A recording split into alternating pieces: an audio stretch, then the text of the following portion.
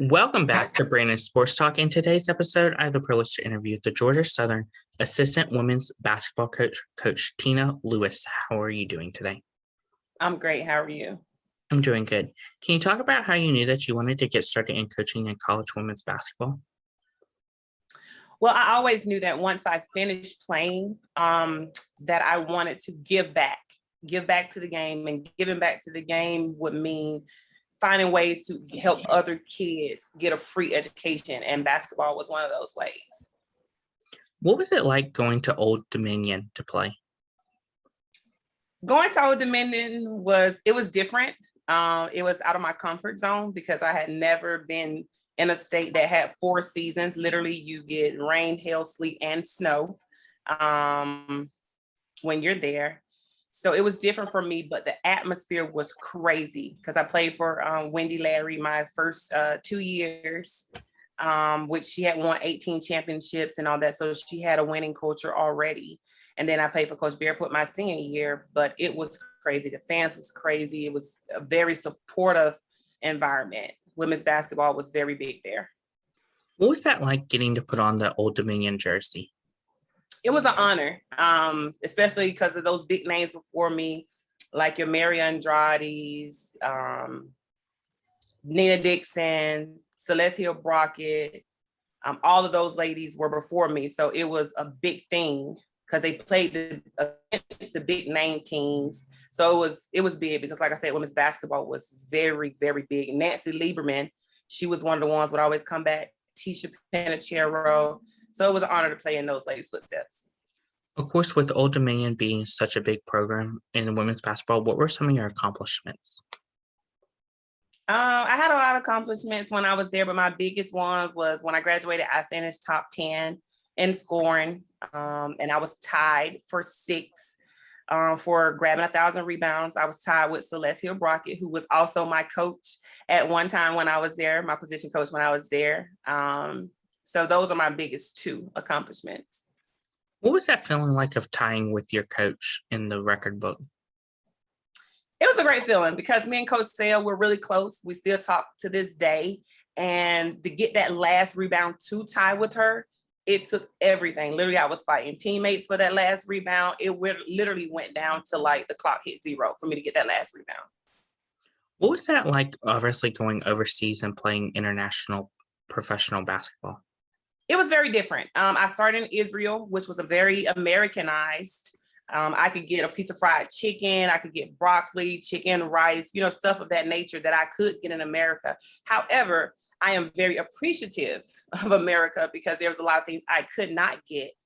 But as far as the basketball side of things, it was different. To me, it was more like pickup. It's 1 American per team. If they can afford to, they had 2. It was like going to a gym where you could be sitting on wooden bleachers. There's no concession stand, but the style of play was different. To me, it was more like pickup.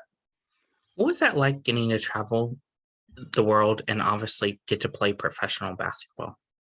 It was a blessing. Basketball led me not only to travel the world, but it got me a free education.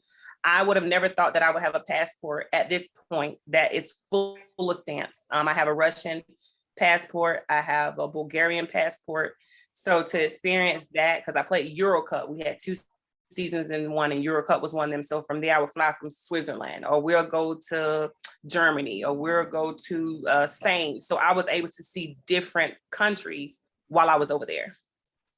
What was that like, obviously, going to Russia and obviously Spain?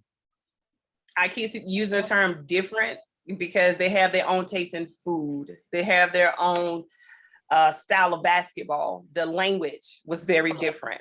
So basketball is always going to be the same, but it's just a style of play in itself. There are some things you would get away in America that you cannot get away with overseas. How has your professional basketball career helped you into where you are now as a college coach? It has helped me tremendously because some of the ladies or the people that had their hands in my success, I am now still in speaks with them. Coach Howard being one of them. I played with her at AAU when I was 16, and now here I am coaching for her. So it's a blessing to have, people that you meet along the basketball trail that's still in your life today. Wendy Larry, like I still can pick up the phone and call and text her any day. Nikita Larry Dawkins, Coach Celeste, Barefoot, even going back to Stacey Davis, who's is from my hometown, who actually got me started playing basketball. So it's a lot of good references, as I can say. Have you used your professional basketball career to help you in your college coaching career with mentoring these up and coming college professional athletes? As I told a player the other day, like your relationship with your coach, you should always make sure that's good, in good standings when you leave. Simply because Wendy Larry, she hadn't coached me since 2011.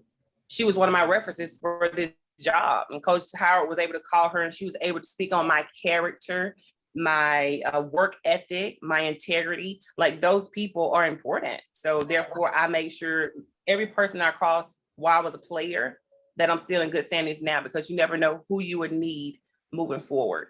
Because from my understanding, from what I see, it's sometimes who you know and not what you know. How was it like coming to Georgia Southern and becoming the assistant coach? It was a dream come true. It was my dream job, has always been my dream job, to be an assistant.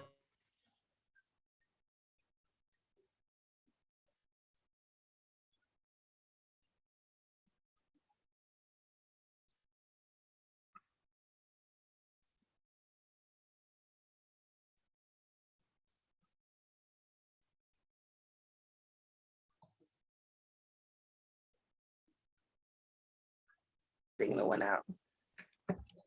Of course, how is it like obviously becoming an assistant coach at Georgia Southern? It's a dream come true. It's always been my dream to be an assistant coach on the college level. So that goes back to me being able to get back to the game, help finding girls like myself who was not offered a whole lot of scholarships until I got to AAU. I want to go in the trenches and find those little girls who are under a rock so that they can follow their dreams, as I did as a little girl. What does a typical game day look like at Georgia Southern on the women's basketball side? For Georgia Southern, it's different. It's not like it was when I played, of course. Game day, we have a pregame breakfast or meal or whatever the case may be, they eat. We do not have our shoot around. So we kind of just have study hall, relax, get our mind focused so that we can go to the game 2 hours early so that we can be prepared to play. What are some differences, obviously, from whenever you played college to now coaching college? The kids itself. Like back then, we didn't care about nothing. We just wanted to play basketball. Nothing else really mattered to us. Now, a lot of things matter to these kids. I mean, the rules are different. There were some rules that are in place now that wasn't in place when I played. So I would say that aspect of it is different. Who are some teams that you face in your conference? In our conference, we got Georgia State, which is a big rivalry. We got App State, which is a big rivalry. We have the Texas State, UT Arlington, Coastal. We have a great number of teams, 12 of them. What is that like, obviously, getting to play the in-state rival of Georgia State? It gets your adrenaline pumping. You got to be up for the task, because it doesn't matter where they're ranked. It's going to be a rivalry. They're going to play like it's the last game of their career. So everybody must bring it, those games, because it is a rivalry. It's a battle of the states. So who gets to hold the true blue, which of course is Georgia Southern, but it's a big game for us. Of course, what is that like going up towards the coast and playing Appalachian and Coastal Carolina? We did not make it that far this year because they had some COVID protocols. Coastal, it was okay. It was cold, of course it's going towards the mountains, but for the most part, it's just another opponent we have to play. How's that like, obviously, having your components obviously so close to you versus obviously traveling all across the world? Having them close, we get to bring our 6 man. We get to bring our fans. Our fans get to come to the close games and help cheer us on. So that's always the best part of that. Can you talk about, of course, the culture that you've helped build for the women's basketball program at Georgia Southern? Coach Howard has already have a great system. She has built this on the ground up. I mean, it's one of those things where there's a lot of communication between the coaches and the players. She holds everybody accountable. We follow in her footsteps, hold everybody accountable. And when it comes to like practice, it's a fun, friendly environment. We know it's business. We get in there, we have fun. We do. She gets out there and she do stuff with them. She go through the drills. I'll practice on a practice team. The other assistant practice on a practice team if need be. But it's one of those things where you just have to adapt and be willing to be consistent with everything that is needed so that we can make sure that the team is successful. So we can make sure Coach Howard is successful and meet our goals of winning a championship. Of course, what is that like, obviously, helping build the culture and obviously implement the culture? I mean, it's an honor. And it's for me, it's a little different. It's a little more personal because, like I said, I did play for Coach Howard when I was 16. I went from 0 offers to 284 offers under her. So she has the blueprint to what it takes to get it done on a championship level. So I'm just honored to be here to help make sure everything that she needs gets done.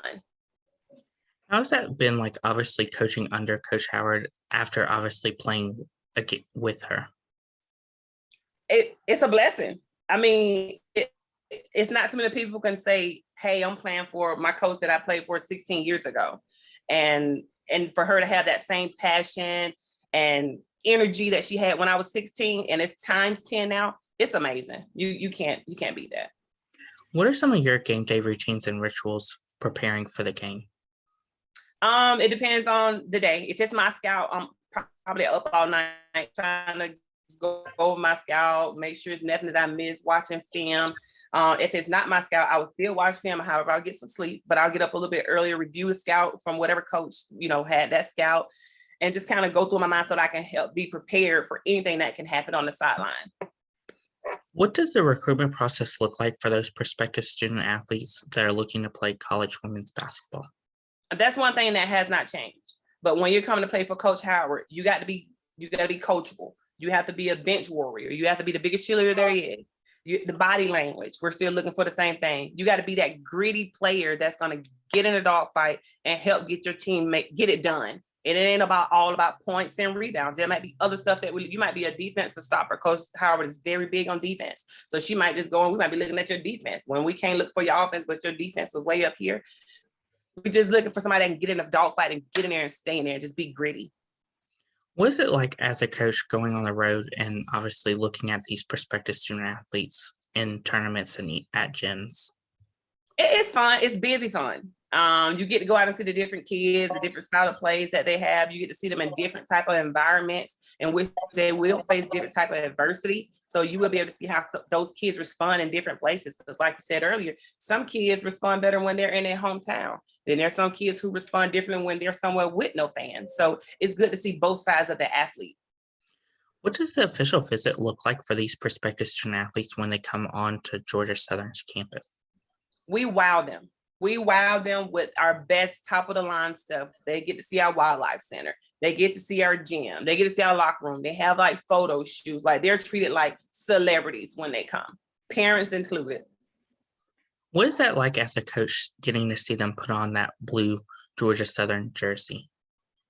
I mean, it almost brings tears to your eyes because that was once you as a coach. If you played the game, it was once you. I'm like, oh, that was me. I remember when I went on my visit and I did this and I did this, or it wasn't as good as this because Georgia Southern, literally, we make you feel like a celebrity. So it's just a blessing to be a part of it. What are some of your future plans in growing the program at Georgia Southern? I tend to help Coach Howard do whatever she needs to get done to win multiple championships. That is my goal. I am here. I'm one of those people that you call a forever assistant because my job is to help the head coach do whatever she needs to be successful. That's my only goal. What advice would you give prospective student athletes that are in high school looking to play college basketball? My biggest thing is to be coachable. Understand that no one is perfect.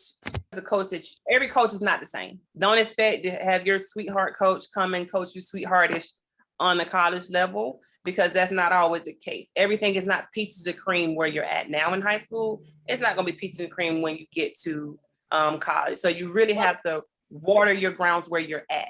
Nothing's going to be given to you. Everything is earned. What advice would you give those high school prospective athletes that are going through the recruitment process that may take longer than obviously expected? Understand that in this day and time, COVID has affected. So there are schools that have super seniors. So that offer may be here today, may be gone tomorrow. But my biggest thing is to make a decision for you, for that student athlete, not for your mom, where your mom wants to go, your dad or your grandma. You have to go where you want to go, where you're comfortable. What advice would you give future college women's basketball players? Understand that it's different and the roles are different. Whether you're coming from a head coach in high school or assistant coach, it's different. Understand that you have to be willing to adapt, willing to be consistent, willing to make sacrifices, whether that be for your family or for the job. Just you have to be open-minded because nothing is pieces of cream and things happen. Just things happen. And you got to be willing to adjust and adapt to whatever's happening at that time. What advice would you give those college women basketball players that were looking to go through the professional way like you did, whether it's Athletes Unlimited, Women's WNBA, or internationally? Rephrase the question. What advice would you give college athletes looking to go through professional routes, whether it's the WNBA, Athletes Unlimited, or internationally like you did? I would first tell them to make sure it's something that they want to do because going overseas, for one, it's a culture shock because things are very different. Like I would say we're very privileged here in America for some of the things that and the resources that we have available that are not available overseas. Like when I was over there, my family had to ship me certain snacks or certain things that I liked. It's different. It's not like buku shopping that you have when you're home. So just know that it's something that you want to do because the style of play is different over there. What advice would you give those professional athletes such as yourself that transition from playing professionally to getting into college coaching? Understand that just because you may have won championships in high school and college, or you may have been coached by some of the best, but you still have to be willing to grow. You have to be willing to share your ideas and listen because you may have known at your team, but now you're under somebody else's team. You have to be willing to listen. Of course, how has it helped with you going viral on TikTok and obviously helping the program at Georgia Southern? The TikTok thing, I think it has helped. It will help in the future. Simply because even under my posts, people always come and, hey, we want to come see your games. Are y'all winning? What is your schedule like? It's a great recruiting tool. I mean, I get asked all the time. I'm always saying, hey, send me your film here. Send me your film here. Nothing is guaranteed, but I do let them know that they can send me their film. Where can my listeners find you at on social media? You can find me on Twitter and TikTok at the Tia Lewis, TheLewis, the Tia Lewis on Twitter and TikTok. But you also can find Georgia Southern women's basketball at GS Athletics _women's basketball on Instagram and Twitter. Thank you again, Tina Lewis, for your interview and best luck in your future with the Georgia Southern women's basketball program. Thank you. You can find Brandon Sports Talk on Facebook at Brandon Sports Talk, Instagram at Brandon Sports Talk, Twitter at Talk_Brain, and you can find me on YouTube at Brandon Sports Talk. Don't forget to like, comment, and subscribe. Thank you again, Coach Tina Lewis, for your interview and best luck in your future. Thank you. You've been watching Brandon Sports Talk. Please feel free to like, share, and subscribe to Brandon Sports Talk on social media and on YouTube.